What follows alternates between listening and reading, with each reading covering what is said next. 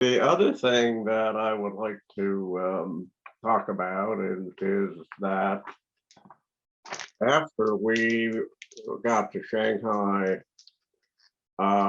in late 1939, that my mother, and you recall that my maternal grandparents did not choose to go to Shanghai and stayed in Berlin, and they were ultimately deported to Auschwitz in 1943. My mother did have correspondence with her mother when we were in Shanghai up until the end of 1941.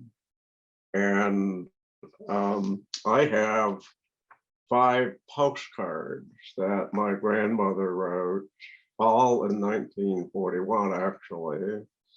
And I'm going to show you a sample of those postcards, both the front of one and the back of one. And of course, they're written in German. But this is what they look like. And of course, they're fragile after all these years. But I have had them translated into English. And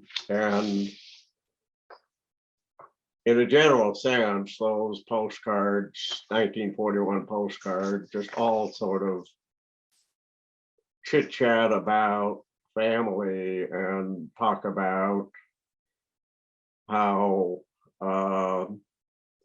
they're still trying to communicate with people in New York, because they actually had a goal of coming to the United States rather than going to Shanghai. And I do recall there another aspect of that. And so there was a cousin in New York, cousin, I think, of my grandmother's, and he was willing to sponsor them and to submit the paperwork that was necessary in order to try to come to the United States. And now, there was a very limited quota of the numbers. In fact, my understanding historically is that the 1939 total German quota for coming to the United States was 25,000 people. And you had probably 200,000 that were still trying to come, So anyway, but they had actually processed their application. The relative in New York had provided some of what he needed to provide, but apparently he was required also to provide his income tax information, and he didn't do that. And so their application was not processed. Now, in the meantime, they decide they're going to try to get to Shanghai, where we were. And so these postcards from my grandmother in 1941 are talking family things, and we went to this office or we went to that office. And finally, the last postcard is October 29, 1941. And I should point out that at that time, she is calling herself Paula Sarah Buchheim. Now, Sarah was not her middle name. She did not have a name Sarah, except by that time, all Jewish women were required to adopt the name Sarah. And that's why that postcard, she called herself Sarah.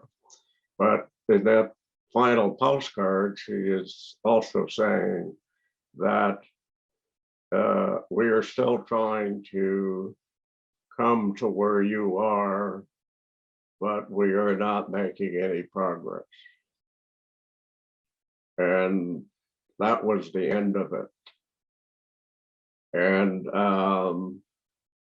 after that, my mother had no further correspondence and had no idea what had happened to her parents. And I think I might point out to you also that, again, remember the Shanghai Jewish community, the people that were there did not, I think I mentioned this previously, but they did not know about the concentration camps. They didn't know about the murders, and they actually didn't find out immediately after the war ended either. And then gradually there were lists posted in Shanghai where people would go search for names of their relatives or whoever it might be. And it wasn't though until I believe after we came to the United States and through the Red Cross that my mother finally got confirmation that her parents had been transported to Auschwitz.